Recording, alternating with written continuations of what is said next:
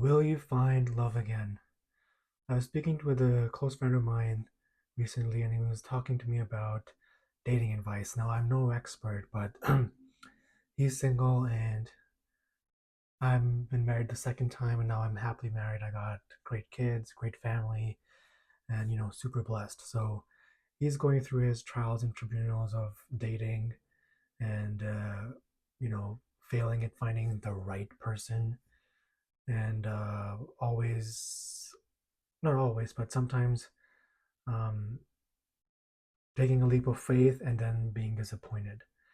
And so I could only tell him what I experienced after my separation and my divorce the first time, and how I sort of looked at dating after that, because it had to be different, and I didn't want to make similar choices that I made in the past. And then the only way to not do that is to analyze how you are in relationships, how you get into relationships, and when you are in relationships, what are your patterns? Um, who are you role modeling? And so let's start with that. For most of us, the role models for our relationships, how we behave in our relationships, either come from our mom or our dad or a mix of both. So if I closely look at my patterns, whenever in dating, I would always um, get serious too quickly without actually getting to know a person. And that might also have to be to do with youth and being young, which is fine.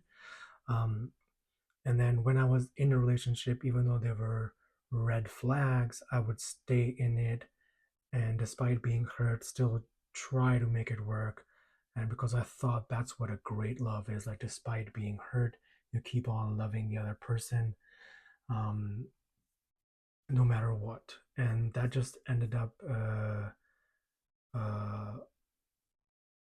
me being hurt for a lot of years, for a long time, and obviously developed some defense mechanisms to protect myself from those after that. Now, I get that relationship pattern from my mother.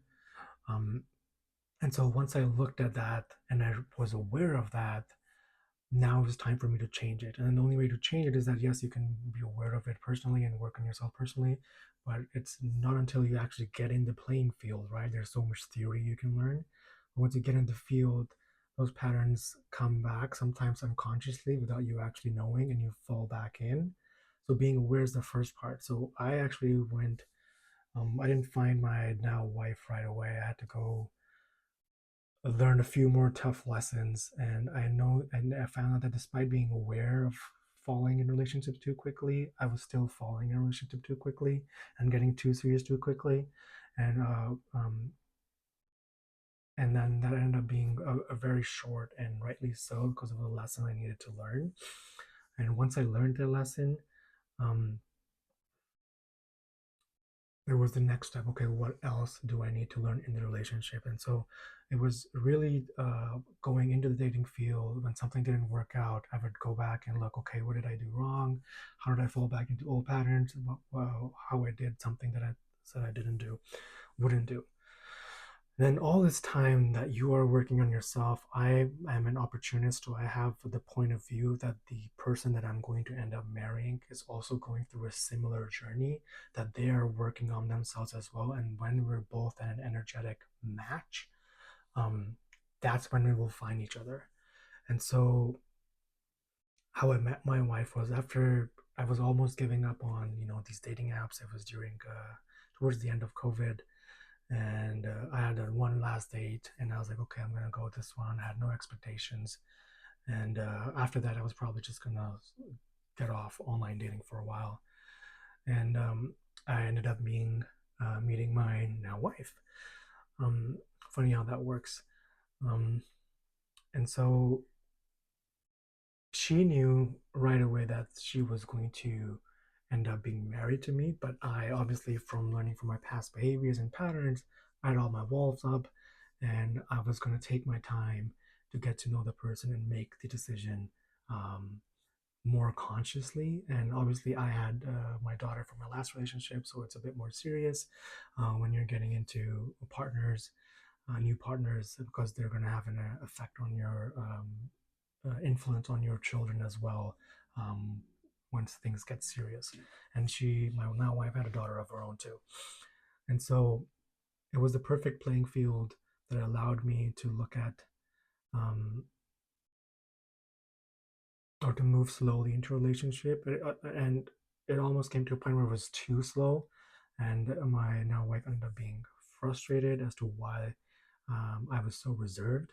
And a part of that has to do with my cultural background, where I'm from, where if someone meets the parents, it means you are getting married. So, and for her, it was, I had already met her parents, and it was very casual. It was normal. But for me, if somebody is introduced to my parents, um, that means we're getting married.